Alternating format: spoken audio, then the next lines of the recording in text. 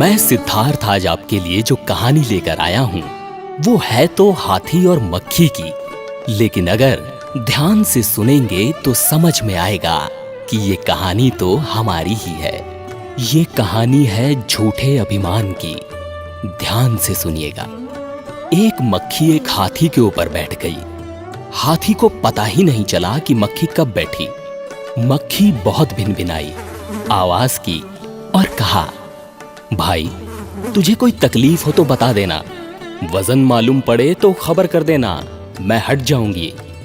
लेकिन हाथी को कुछ सुनाई न पड़ा।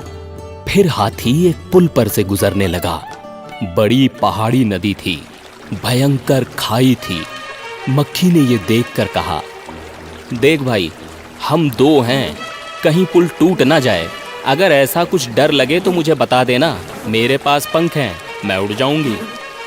हाथी के कान में थोड़ी सी कुछ भिनभिनाहट पड़ी, पर उसने कुछ ध्यान न दिया। फिर मक्खी के विदा होने का वक्त आ गया। उसने कहा, देख दोस्त, यात्रा बड़ी सुखद हुई, साथी संगी रहे, मित्रता बनी, अब मैं जाती हूं। कोई काम हो तो मुझे कहना। तब मक्खी की आवाज थोड़ी सी हाथी को सुनाई पड़ी। उसने कहा, तू कौन है कुछ भी पता नहीं। तू कब आई, तू कब मेरे शरीर पर बैठी और तू कब उड़ गई, इसका मुझे कोई पता नहीं है। लेकिन मक्खी तब तक जा चुकी थी। संत कहते हैं, हमारा होना भी ऐसा है।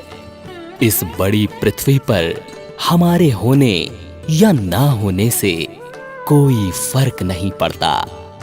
हाथी और मक्खी के अनुपात से भी कहीं छोटा हमारा और ब्रह्मांड का अनुपात है। हमारे ना रहने से क्या फर्क पड़ता है, लेकिन हम बड़ा शोरगुल मचाते हैं। वो शोरगुल किस लिए है? वो मक्खी क्या चाहती थी? वो चाहती थी हाथी स्वीकार करे, तू भी है, तेरा भी अस्तित्व है। वो चाहती थी कि उसे कोई पूछे। हमारा अहंकार अकेले तो नहीं जी सकता, दूसरे उसे माने तो ही जी सकता है। इसलिए हम सब उपाय करते हैं कि किसी भांति दूसरे उसे माने, ध्यान दें, हमारी तरफ देखें, उपेक्षा ना हो।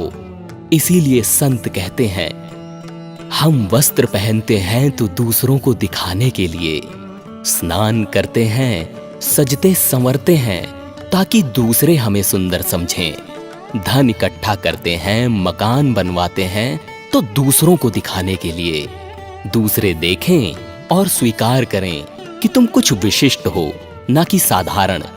तुम मिट्टी से ही बने हो और फिर मिट्टी में ही मिल जाओगे। तुम अज्ञान के कारण खुद को खास दिखाना चाहते हो, वरना तो तुम बस एक मिट्टी के पुतले हो और कुछ नहीं। अहंकार सदा इस तलाश में है कि वे आंखें मिल जाएं जो मेरी छाया को वजन दे दें। याद रखना, आत्मा के निकलते ही ये मिट्टी का पुतला फिर मिट्टी बन जाएगा। इसलिए अपना झूठा अहंकार छोड़ दो और सबका सम्मान करो, क्योंकि जीवों में परमात्मा का अंश आत्मा है।